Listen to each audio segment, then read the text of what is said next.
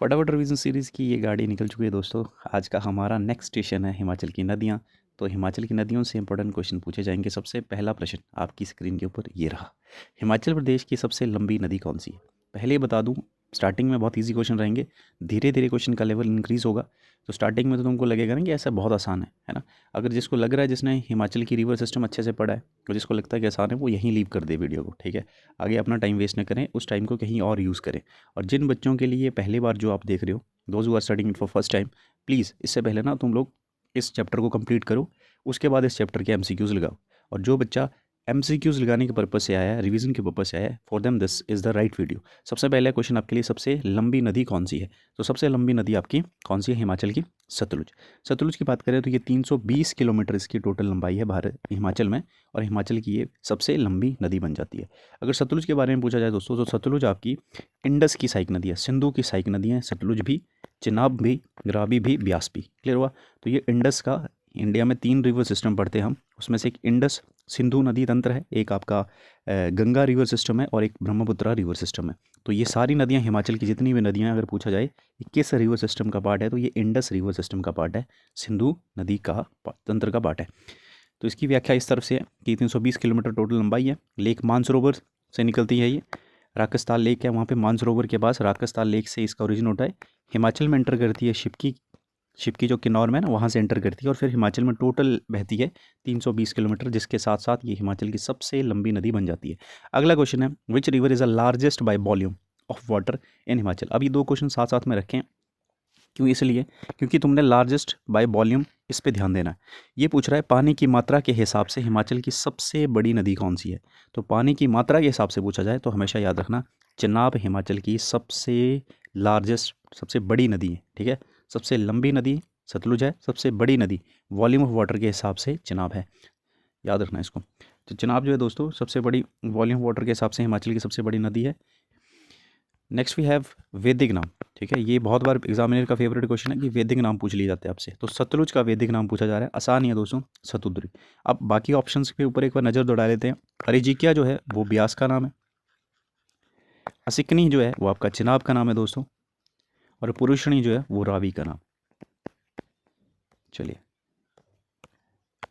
Next we have, अब इसमें एक नाम आपका ग्रीक का भी याद कर लो। वेदों में तो इसको सतुद्री कहा गया है, ठीक है, संस्कृत में सतुद्रु कहा गया है। अगर बात करें ग्रीक नाम, तो इसको यूनानी नाम इसका क्या है? हेसिड्रस, ठीक है। तो इसका ये भी याद रखना कि हेसिड्रस इसको यूनान के लोग कहते थे। चलिए next we have shortest river of Himachal. Himachal की सबसे लंबी नदी तो कौन सी है? सबसे छोटी नदी बता दो इस, रावी, यमुना, ब्यास या फिर चिनाब। तो सबसे छोटी नदी जो है हिमाचल की, दैट इज़ यमुना। महज 22 किलोमीटर फ्लो करती है दोस्तों यमुना, ठीक है, हिमाचल से। तो इसी साथ ये हिमाचल की सबसे छोटी नदी बनती है, ठीक है। 22 किलोमीटर महज इसका फ्लो है, और ये एंटर करती है खोदर माजरी से। देखो ये आपका हिमाचल है, तो ये यहाँ जैसे बॉर्डर फॉर्म करती है, ये आपका सिरमौर के पास है ना। तो ये खोदर माजरी जो है बेसिकली उस जगह से एंटर करती है, और ताजे वाला, 2 पॉइंट है, इसको याद रखना तुम। खोदर माजरी से हिमाचल में एंटर करती है, ताजे वाला में हिमाचल को लीव कर जाती है, हरियाणा में एंटर कर जाती है उसके बाद। तो हिमाचल की सबसे छोटी नदी आपकी यमुना है। Next we have Chandra and Bhaga. River meet at which place to form Chenab. Chandra और भागा नदियाँ किस स्थान पर मिलकर चिनाब बनाती हैं? तो वो स्थान बनाएंगे, और बहुत फेमस क्वेश्चन है, आज से क्या बहुत बार ये पूछा जाता है, ठीक है। तो आपके पेपर में भी आ सकता है। अब इसमें से इसका राइट ऑप्शन तो है तांडी। ये आपकी चंद्र आती है दोस्तों, दिस इज़ योर भागा, दिस इज़ भागा एंड दिस इज़ चंद्रा। तो ये चंद्रा और भागा नदियाँ आपस में निकल करके यहाँ पे मीट करती हैं, इस पॉइंट का नाम है तांडी, ठीक है, तांडी। और ये सारी कहानी है लाहौल स्पीति की, ये लाहौल स्पीति में चला हुआ सारा कहानी, ठीक है। तांडी में मिल करके फिर आगे जो नदी बनेगी, थोड़ी बड़ी नदी बनेगी, इसका नाम ही चिनाब होता है, या फिर इसको चंद्रभागा भी कहते हैं। क्लियर हुआ? तो कहाँ पे मीट कर रही है? टांडी में। ये भागा है दोस्त, ये चंद्रा है। चंद्रा चंद्रताल से ओरिजिनेट होती है, भागा आपकी सूरजताल से निकलती है, लेकिन दोनों अलग अलग स्ट्रीम है ना, फिर मिलती हैं, फिर आपके पास क्या बनता है। बाकी ऑप्शन को भी देख लो, जैसे खाब, खाब में क्या होता है? देखो खाब जो है बेसिकली यहाँ पे आपकी स्पीति नदी जो है वो सतलुज में मिलती है, तो खाब ये भी इंपॉर्टेंट प्लेस है। करछम जो है दोस्तों, ये करछम में आपके पास जो सतलुज में खाब में मिलती है स्पीति, सतलुज में ही करछम में मिलती है आपके पास बसपा रिवर। क्लियर हुआ? तांडी तो हमने पढ़ ही लिया कि चिनाब बनती है यहाँ पे चंद्र और भागा के मिलने से। बजौरा देखेंगे अभी थोड़ी देर में कि बजौरा में एक रिवर जो है वो एंटर करती है बिजौरा में। क्लियर हुआ? नेक्स्ट वी हैव तांडी, इन लाहौल स्पीति बारालाचा पास से निकलती है। और देखो तांडी को ना आप हमेशा याद रखना, इसको तंदही भी कहते हैं। ऐसा कहते हैं कि द्रौपदी ने अपनी क्रीमेशन, अपनी बॉडी यहाँ छोड़ी थी, ठीक है। तो द्रौपदी जो थी उनसे रिलेटेड भी यही है प्लेस तांडी, इसको तंदही भी कहते हैं अगर इसका संधि विच्छेद करोगे तो। The Beas river rises near which mountain range, Beas नदी किस पर्वत दर्रे के पास से निकलती है। तो आसान सा है, बहुत आसान है। कौन सा दर्रा है? पहली बात तो ब्यास निकलती है आपकी कहाँ से? रोहतांग दर्रे के पास से। जगह का नाम है ब्यास कुंड। तो रोहतांग दर्रे के पास एक जगह है जिसका नाम है ब्यास कुंड, वहाँ से निकलती है रिवर ब्यास। अब शिपकी तुमको पता लग गया, शिपकी क्यों इंपॉर्टेंट है? शिपकी इंपॉर्टेंट इसलिए दोस्तों क्योंकि शिपकी में रिवर सतलुज हिमाचल में एंटर करती है। कुंजम दर्रा याद रखना, यहाँ से रिवर स्पीति जो है वो ओरिजिनेट होती है कुंजुम पास से। कुंजुम से रिवर स्पीति निकलती है और स्पीति फाइनली खाब में जा करके नामगिया के पास खाब में रिवर सतलुज में मिलती है। तो स्पीति जो है वो कुंजुम से निकलती है। बारालाचा पास जो है यहाँ से ऐसा कोई नदी नहीं निकलती, लेकिन बारालाचा के ईस्ट से और वेस्ट से दो नदियाँ निकलती हैं ना। ईस्ट से निकलती है आपके पास चंद्रा और वेस्ट से निकलती है आपका, ईस्ट से निकलती है भागा और वेस्ट से निकलती है चंद्रा, ठीक है। बस ये इतनी सी कहानी है इसमें, तो सारे पासेस भी पता होना चाहिए आपको। हमने देख लिया इसको, है ना। आपसे संस्कृत नाम पूछा जा रहा है रावी का, तो रावी का संस्कृत नाम क्या है? रावी का है इरावती, ठीक है। सतलुज का है दोस्त। विपाशा आपके पास ब्यास का है। कालिंदी आपका यमुना का नाम है। क्लियर हुआ? यमुना का नाम है कालिंदी, ये भी याद रखना। और Iravati is the name of Ravi. चलिए अब तुम ना इनमें से जो जो क्वेश्चन तुमको नहीं आ रहे अपने नोट्स लिखता रहा करो, है ना। जो तुमको नहीं आ रहा है, राइट क्वेश्चन नहीं कर पा रहे हो, उसको एक नोट के रूप में लिख लिया करो, क्योंकि नोट्स तुम्हारे वैसे ही बनते हैं ना। जो चीज़ें तुम्हें आती हैं वो तो आती हैं यार, उसको क्या बार बार लिखोगे। जो नहीं आती चीज़ें वही आपके लिए नोट्स के रूप में काम करती हैं, ठीक है। उससे आपका टाइम भी सेव होगा और आपको ये भी पता लग जाएगा बेसिकली कि आपका कौन सा पोर्शन जो बहुत वीक है। क्लियर हुआ? चलिए ये कहानी हमने डिस्कस कर ली। नेक्स्ट अपने पास है which tributary is known as sorrow of Una. पहली बात तो इसने बताना चाहिए था किसकी ट्रिब्यूटरी, पर चलो ये बता दो कि इनमें से कौन सी नदी है, ठीक है। ट्रिब्यूटरी है बेसिकली ये नदी, लेकिन इसको ऐसे लिखो कि निम्नलिखित में से कौन सी नदी को सॉरो ऑफ ऊना कहा जाता है। तो ऊना से अगर तुम ऊना से तुमको पता है ऊना में बहती है एक स्वान रिवर, तो स्वान रिवर ऊना का सौरो कहा जाता है, क्योंकि ऊना में ये बाढ़ लाती होगी ओब्वियसली ना, मानसून के टाइम में सौरो होता है दुख। तो दुख का कारण कौन सी रिवर कैसे बनेगी? तब बनेगी जब उस एरिया में बाढ़ आएगा, ठीक है, या उसकी वजह से उस एरिया के नुकसान होगा।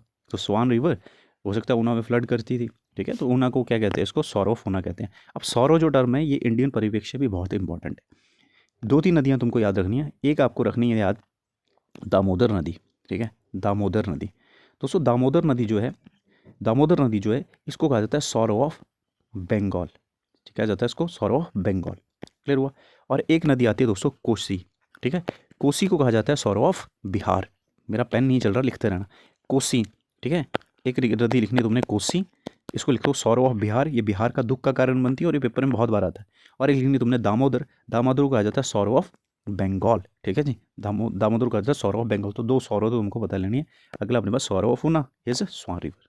और स्वां की बात करें तो this is a tributary of river Sutlej. तो सतलुज की सहायक नदी है, जो एक्चुअल में ट्रिब्यूटरी यहाँ पे लिखा गया ना, ये लिखा गया सतलुज के लिए कि स्वां रिवर किसकी सहायक नदी है? ये है आपके पास सतलुज की। और स्वां खुद किसकी? सौरो ऑफ बेंग ऊना है, ठीक है। ज़्यादा डिस्कस कर लिया, इसको हो गया। चलिए next we have at which point does the Yamuna enters Himachal Pradesh. Yamuna Himachal में कहाँ एंटर करती है? अभी बता के हटा, कहाँ से एंटर करती है? खोदर माजरी से। अब एक ऑप्शन भी देखते हैं, अगर ये खोदर माजरी से तो एंटर करती है, लीव करती है कहाँ से? ताजेवाला से। ताजेवाला, तो दोनों पॉइंट याद रखने। दोनों कहाँ पे? आपके सिरमौर में। बाकी ऑप्शन को देख लो। मीरथल जो है दोस्तों ये पड़ता है कांगड़ा में, ठीक है। और तुमको पता है कि कांगड़ा में रिवर बहती है ब्यास, तो मीरथल में जो ब्यास है वो कांगड़ा को छोड़ देती है। संसारी नाला की बात करें और खैरी की बात करें, जो खैरी है दोस्तों ये रिलेटेड है रावी से, ठीक है। खैरी से रावी चंबा को छोड़ देती है। संसारी नाला जो है दोस्तों ये है आपके पास पांगी में, ठीक है। पांगी में कौन सी नदी बहती है? पांगी बहती चिनाब। तो संसारी नाला में जो रिवर चिनाब है वो चंबा को छोड़ती है, क्योंकि हिमाचल को लीव करती है। क्लियर हुआ? तो संसारी नाला भी इंपॉर्टेंट प्लेस है, खैरी भी इंपॉर्टेंट प्लेस है, मीरथल भी इंपॉर्टेंट प्लेस है, खादर माजरे भी इंपॉर्टेंट प्लेस है। सारी पॉइंट है वहीं से जहाँ से या तो रिवर एंटर कर रही है या लीव कर रही है, ठीक है। अब यहाँ पे एक बार इसको पढ़ लो कि this is Khodar Majri, Yamuna enters in the state of at Khodar Majri, और बाउंड्री बनाती है बिटवीन हिमाचल एंड उत्तराखंड। और इसका वैदिक नाम है दोस्तों कालिंदी है, इसका वैदिक नाम कालिंदी है। उत्तराखंड और हिमाचल के बीच में बॉर्डर कौन बना रही नदी, एक प्रश्न ये भी निकला यहाँ से, that is your Yamuna. Which river cut through all 4 mountain ranges. अब सारी माउंटेन रेंजेस, चारों पर्वत श्रृंखलाओं को कौन सी रिवर काटती है, तो इसमें एक ट्रांस हिमालय की बात हो रही है, उसके नीचे ग्रेटर हिमालय की बात हो रही है, उसके नीचे हो रही है मिडल हिमालय की बात, और फिर हो रही है शिवालिक की बात। तो अगर तुम ध्यान से देखोगे तो इन चारों पर्वत श्रृंखलाओं को काटने वाली नदी है सतलुज। क्लियर हुआ? Sutlej is a river which cuts all these 4 mountain ranges. ठीक है, तो याद रखना इसको। चलिए next we have at which place does Baspa river join Sutlej. Baspa जो है वो रिवर सतलुज को कहाँ ज्वाइन करती है, तो ये ज्वाइन करती है करछम में। क्लियर हुआ? खाब में, ये तो कच्छम में ज्वाइन करती है, राइट आंसर करछम है। बसपा जो दोस्तों ये रिवर सतलुज की कौन से तट की, बाईं तट की सहायक नदी, क्योंकि देखो रिवर सतलुज इस तरह से बहती है ना, ये डायरेक्शन है, तो अगर ये डायरेक्शन है तो इसका लेफ्ट साइड है ना, ये ना लेफ्ट साइड को बसपा एंटर करती है। और बसपा जो है यहाँ पे एक बेसिकली बहुत फेमस वैली है जिसको कहते हैं सांगला घाटी। ठीक है, सांगला घाटी। तो सांगला घाटी बसपा नदी के अलॉन्ग ही बनती है। क्लियर हुआ? बसपा नदी के साथ साथ बनती है सांगला घाटी। और किन्नौर की one of the most important जो है घाटी है वो सांगला घाटी है ना, सेब की बहुत से ऑर्चर्ड है यहाँ पे, एप्पल ऑर्चर्ड है बहुत सारे। चलिए खाब जो दोस्तों, खाब में मिलती है स्पीति, स्पीति नदी है, स्पीति एक नदी का नाम है, और जो खाब में मिलती है किससे, सतलुज के साथ। ठीक है, नामगिया भी इसी का नाम है, खाब का ही। ठीक है, खाब को नामगिया कहते हैं। और रामपुर जो है यहाँ पे न्योगली खड़ मिलती है। ठीक है, नोगली खड़ या न्योगली खड़ बोलते हैं, नोगली खड़ बोलते हैं इसको, है ना। तो ये रामपुर में रिवर सतलुज में मिलती है नोगली खड़। तो ये सतलुज के सारे पॉइंट है ना, तो याद रखना है इसको चारों का चारों। अब ये सारा करछम जो भी है डिस्ट्रिक्ट में। अच्छा, गिरी नदी ओरिजिनेटेड फ्रॉम विच पीक। गिरी नदी किस पीक या किस चोटी से उसका उद्गम होता है, तो इसका राइट आंसर है कुपर पीक। ठीक है, इसका राइट आंसर है कुपर पीक, कुपूर लिख दिया, कुपर पीक। ठीक है, दिस इज राइट आंसर। अब ये भी राइट होगा, ठीक है, इतना ज़्यादा डिटेल में जाना है, इतना वो ऑप्शन देगा नहीं वो इतने साथ साथ में। ठीक है, जैसे यहाँ पे यू लगा, यहाँ पे ये लगा है, तो इतना क्लोज ऑप्शंस नहीं मिलेंगे। राइट आंसर ये भी हो सकता है, ये भी हो सकता है। अच्छा, बाकी ऑप्शन को देख लो यार। बंदरपूंछ जो है यहाँ से निकलती है आपकी रिवर, बंदरपूंछ से निकलती है रिवर, पास में निकलती है यहाँ से रिवर यमुना, रिवर यमुना का उद्गम स्थल यहाँ से। रोहतांग के पास से निकलती है दोस्तों, एग्जैक्ट तो रोहतांग से नहीं निकलती, रोहतांग के आसपास से एक नदी निकलती है जिसका नाम है ब्यास। ठीक है, रोहतांग के पास निकलती ब्यास कुंड से ब्यास। तो ये चारों ऑप्शन भी देख लिया हमने और इसका राइट आंसर भी देख लिया। तो Giri originated from the Kupar peak in Shimla. और गिरी जो है ये क्या करती है, गिरी जो नदी है दोस्तों ये शिमला यहाँ से निकलती है कुपर पीक से। अब इसमें मैप नहीं है ठीक है, ये मान लो कि गिरी यहाँ से शिमला से निकली और ये एंटर कर दी किन्नौर में। ये सारा किन्नौर है, किन्नौर को 2 इक्वल पार्ट में डिवाइड करती है, ऊपर को ट्रांस, नीचे को सिस गिरी। तो ट्रांस गिरी और सिस गिरी के रूप में विभाजित करती है रिवर गिरी सिरमौर को। तो ये भी पूछा था प्रश्न में कि सिरमौर को 2 इक्वल पार्ट में डिवाइड करने वाली नदी का नाम बताओ, तो वो कौन सी, गिरी नदी। और गिरी नदी किसकी सहायक नदी है, गिरी नदी किसकी सहायक नदी है, क्योंकि गिरी कोई ऐसा इंडिपेंडेंट रिवर नहीं है ना, ये किसकी सहायक नदी है, ये यमुना की सहायक नदी है। होपफुली क्लियर होगा आप लोगों को यहाँ। अब ये क्या क्वेश्चन था।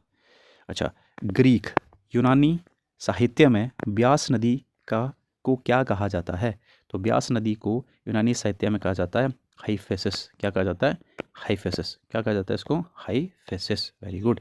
हाई ये जो है वो रावी को कहा जाता है, हेसिड्रोस। और आपके पास एसिसनस कहा जाता है रिवर चिन्नाब को। ठीक है, याद रखना विपाशा का नाम है हाइफेसिस, है ना, हमने पहले भी डिस्कस कर लिया इसको। और ऋषि विश्वामित्र से व्यास का लिंक भी है। द रावी नदी कांगड़ा के किस क्षेत्र से निकलती है, the Ravi river originates from which area in Kangra. तो कांगड़ा के ये निकलती है बड़ा बंगाल से। बड़ा बंगाल में दोस्तों कांगड़ा का मैप ऐसे, कांगड़ा है, यहाँ पे चंबा है, और कांगड़ा से बड़ा बंगाल, ये बड़ा बंगाल है। ठीक है, कांगड़ा का दिस इज बड़ा बंगाल, कांगड़ा का बड़ा बंगाल है, इसको मुल्तान भी कहते हैं। यहाँ से आती है रिवर रावी और एंटर करती है चंबा में बहती है मेनली, है ना। तो 2 स्ट्रीम से निकलती है, 2 उद्गम इसकी क्या धाराएं हैं, एक का नाम है भांदल, एक का नाम है तंतागिरी। भांदल और तंतागिरी नामक 2 ग्लेशियर हैं वहाँ से, और ग्लेशियर है बड़ा बंगाल में, यहाँ से रिवर ओरिजिनेट होती है, फाइनली ये चंबा में एंटर करती है, फिर चंबा में बहत करके खैरी में क्या करती है, चंबा को लीव कर देती है। बड़ा बंगाल ग्लेशियर निकलती है, 2 ग्लेशियर है भांदल और तंतागिरी। तो ये ग्लेशियर भी पूछे जा सकते हैं तुमसे, और एस सच ठीक है ग्लेशियर ही पूछे जा सकते हैं वैसे तो। अच्छा, which river flow between Pir Panjal and greater Himalaya. कौन सी नदी पीर पंजाल और ग्रेटर हिमालयी श्रृंखलाओं के बीच में बहती है? तो ग्रेटर हिमालय और पीर पंजाल के बीच में बहने वाली नदी है चिनाब। क्लियर हुआ? चिनाब नदी बहती है दोस्तों। और चिनाब से याद रखना कि चंबा को कहाँ एंटर करती है? भुजिंद में। ठीक है, ये भुजिंद में चंबा में एंटर करती है और संसारी नाला में चंबा को लीव कर देती है, छोड़ देती है। और वॉल्यूम वाइज सबसे बड़ी नदी है। चिनाब के बारे में ये भी याद रखना कि चिनाब में स्मॉल क्वांटिटी में गोल्ड मिलता है। क्या मिलता है? स्मॉल क्वांटिटी में गोल्ड। चिनाब की बात कर रहा हूँ। ठीक है, यमुना। अब इस क्वेश्चन को देखो, largest tributary of Yamuna. Yamuna की सबसे बड़ी सहायक नदी। तो यमुना की सबसे बड़ी सहायक नदी है टोंस, और ये टोंस यमुना मिलती है कलसी में करीब। कलसी कहाँ पे है? कलसी है उत्तराखंड में। ठीक है, तो Tons is the largest tributary of Yamuna and it meets at Kalsi. तो कलसी में मिलती है किससे? यमुना से, और कलसी उत्तराखंड में है। ठीक है, और बस यही है। चलिए अगला आपके पास है Bhakra dam. Bhakra dam is located on which river. Bhakra dam कौन सी नदी के ऊपर बना है? तो भाखड़ा बना दोस्तों सतलुज के ऊपर, है ना। भाखड़ा एक्चुअल में भाखड़ा और नंगल दो डैम्स हैं ना, भाखड़ा डैम। और सतलुज के ऊपर बना है। भाखड़ा डैम बना है बिलासपुर में। भाखड़ा डैम का दूसरा नाम है, क्या नाम है इसका? महाराजा गोविंद सागर डैम। ठीक है, क्योंकि भाखड़ा जो है बेसिकली परियोजना है ना दोस्तों। आप क्या करोगे? पानी को रोकोगे। तो भाखड़ा तो आपने क्या किया? बैरियर लगा दिया, पीछे पानी बन गया, तो पानी से तो झील बनती है ना। हाँ, उस झील का नाम है गोविंद सागर झील। क्लियर हुआ? तो भाखड़ा डैम से जो नदी जो झील बनती है, उस झील को कहा जाता है गोविंद सागर झील। और किस नदी के ऊपर बना है? नदी सतलुज। सतलुज का पानी रोका, भाखड़ा में रोका, तो भाखड़ा डैम बना। जो पीछे झील बन गई पानी रोकने से, उसका नाम रख दिया तुमने गोविंद सागर झील। और भाखड़ा डैम को, ये पहली बात तो फर्स्ट 5 ईयर प्लान का हिस्सा था। ठीक है, भाखड़ा डैम। और फर्स्ट 5 ईयर प्लान, जो भारत का पहला 5 ईयर प्लान था दोस्तों, उसमें भाखड़ा डैम बनाने की बात कही थी पंडित जवाहरलाल नेहरू जी ने। और इसको ही भाखड़ा डैम को उद्घाटन के समय उन्होंने कहा था कि ये जो डैम है दोस्तों, ये नए जन्मे भारत के मंदिर हैं, कि नए भारत के मंदिरों के रूप में उन्होंने डैम को कहा था। क्लियर हुआ? नए भारत के डैम या रिसर्जेंट ऑफ ना, the temple of resurgent India, है ना। तो ये स्टेटमेंट थी इनकी, the temples of resurgent India. Resurgent होता है न्यू बॉर्न, है ना, नया जन्मा हुआ। तो नए जन्मे भारत के मंदिरों के रूप में किसे बोला गया था? भाखड़ा डैम को। और किसने कहा था? पंडित जवाहरलाल नेहरू जी ने। क्लियर हुआ? तो इतना ही आएगा, इससे ज़्यादा नहीं पूछते हो। ठीक है, भाखड़ा डैम सतलुज में बिलासपुर में बना है। और इसका ये ना, ये तो बताना भूल गया तुमको, हाईएस्ट ग्रेविटी डैम है दोस्तों। It is the highest gravity dam. ये देखो, डैम होते बड़े साइज के बांध। एक होता है अर्थन डैम। ठीक है, मतलब जो ऐसे धरती के अंदर और खड्डा हुआ है बेसिकली, उसमें ही तुमने क्या किया? पानी को स्टोर कर दिया। एक होते हैं ग्रेविटी डैम होता है जो डैम के आसपास कंक्रीट लगाओगे तुम, और वो डैम अपना बाहर ना, आसपास ही दीवारें लगा दी तुमने, और ये बीच में डैम बना दिया। तो एक्चुअली में पानी का बाहर ये डैम की दीवारें खुद उठा रही है, जो कंक्रीट से बनी हुई। तो this is called gravity dam. तो भारत का जो हाईएस्ट ग्रेविटी डैम है, सबसे ऊंचाई पर स्थित ग्रेविटी डैम है, वो कौन सा है? दैट इज और भाखड़ा डैम। ठीक है, दैट इज और भाखड़ा डैम। और पूछा जाए कि भारत का हाईएस्ट डैम कौन सा है? ठीक है, सो भारत का सबसे हाईएस्ट डैम कौन सा है? तो वो आपका टिहरी। ठीक है, टिहरी। और बना वो कौन सी नदी पे? भागीरथी के ऊपर। और टिहरी उत्तराखंड में। ठीक है, भागीरथी में बना हुआ है। अगर हाईएस्ट पूछा जाए तो टिहरी है। हाईएस्ट ग्रेविटी डैम पूछा जाए, क्योंकि ग्रेविटी अपना लोड खुद बेयर करते हैं ना, उसकी दीवारें खुद उठाती हैं, तो वो कौन सा हुआ? भाखड़ा। अपना भाखड़ा हुआ सतलुज के ऊपर। Which river is mythologically regarded as a sister of Yama. Yama जो है, ठीक है, यम बेसिकली यम की बहन के रूप में किस नदी को माना जाता है? तो इसका नाम है यमुना। यमुना, ठीक है, नाम से भी क्लियर हो रहा है। और यमुना का मिथोलॉजिकल रिलेशनशिप कभी कभी सन के साथ भी बोल देते हैं ना, कि सूर्य के साथ भी संबंध रखते हैं रिवर या नदी यमुना का। क्लियर हुआ? तो यमुनोत्री से निकलती है, बंदरपूछ, ठीक है, पीक के पास यमुनोत्री ग्लेशियर से निकलती है। और हिमाचल में सबसे कम बहने वाली नदी है, 22 किलोमीटर, यमुना। द नेम विभाषा originates from largest involving which says. अच्छा, सेग क्या हिंदी में पढ़ते हैं यार। ठीक है, मेरे को ऐसा लग रहा था कि हिंदी बड़ी करके ऊपर लिखनी चाहिए थी, है ना, हिंदी बहुत छोटी लिखी। विभाषा नाम की उत्पत्ति किस ऋषि से जुड़ी हुई लेजेंड्स, ठीक है, किंवदंती से हुई है? तो दोस्तों कहानी बेसिकली ये पूछ रहा है कि जो रिवर ब्यास है, इसकी कहानी किस ऋषि साथ जुड़ी हुई है ना। तो ये है ऋषि वशिष्ठ, ऋषि ऋषि वशिष्ठ के साथ, ठीक है, ऋषि वशिष्ठ के साथ। तो विपाशा का मतलब भी लिटरल मीनिंग होता है लिबरेटर फ्रॉम बॉन्ड्स। अब कहानी है कुछ ही, मैं कहानी एक्चुअली मैं रिकॉल कर पा रहा हूँ जितनी, तो ऐसा कहा जाता है कि ऋषि वशिष्ठ के ना बेटे का शायद इनको मार दिया गया था या पत्नी की डेथ हुई थी, कुछ तो हुआ था इनके साथ, है ना। तो इन्होंने क्या किया, इन्होंने रिवर ब्यास में जा करके अपने आप को रस्सी से बांधा और ब्यास में जा करके छलांग लगा दी कि अब मैं अपनी जान दे दूंगा करके, है ना। तो ऐसा कहते हैं कि ब्यास नदी ने उनको उठा करके साइड में फेंक दिया था वशिष्ठ ऋषि को, है ना। तो और उनकी जितनी भी रस्सी थी उसको उनको खोल दिया गया था, उनको लिबरेट करवा दिया उससे। तो इसीलिए विभाषा का लिटरल मीनिंग होता है लिबरेटर फ्रॉम बॉन्ड्स। तो कहानी अगर किसी को पता है तो ज़रूर बताना कमेंट में कि कहानी जो मैंने कही है सच है या फिर इसके अलावा कुछ कहानी और है, ठीक है। चलिए, आज का लास्ट क्वेश्चन है दोस्तों आपके पास। In Tibet the Sutlej river is known as, Tibet में सतलुज नदी को किस नाम से जाना जाता है। तो सिंगी खाम्बन कहा जाता है इसको, इसको लांगचेन खम्बाब कहा जाता है, सांगपो कहा जाता है, या फिर तमचौक खम्बाब कहा जाता है। तो इसका एक्चुअल में राइट आंसर क्या है, दैट इज़ योर लांगचेन खम्बाब। अब लांगचेन खम्बाब का मतलब होता है दोस्तों कि हाथी का मुंह, ठीक है, तो एलिफेंट्स माउथ। लेकिन बाकी ऑप्शन भी इंपॉर्टेंट है, इनको भी देख लो एक बार। सिंगी खम्बान जो है ये रिवर इंडस का नाम है, नाम ये इंडस का है तिब्बत में। सिंगी का मतलब होता है लॉइनस माउथ, ठीक है, लॉइन्स का माउथ, ठीक है। सिंगी खम्बाना शेर का मुंह बेसिकली ना। और लांगचेन खम्बन का मतलब होता है हाथी का मुंह। तो ये इसका मिड लिटल मीनिंग होता है। सतलुज का नाम तो हो गया लांगचेन खम्बाम, इंडस सिंधु का नाम हो गया सिंगी खम्बान, सांगपो कहा जाता है दोस्तों, सांगपो कहा जाता है आपको ब्रह्मपुत्रा नदी को। तिब्बत में सांगपो कहा जाता है ब्रह्मपुत्रा नदी को, ठीक है। तो ये तुमने याद कर लेने सारे। तो ये सारी कहानी थी। राकेश ताल से निकलती है फिर शिप की में एंटर करती है, ठीक है। चलो जी, thank you so much for watching this video, और इसी तरह से प्रैक्टिस करें।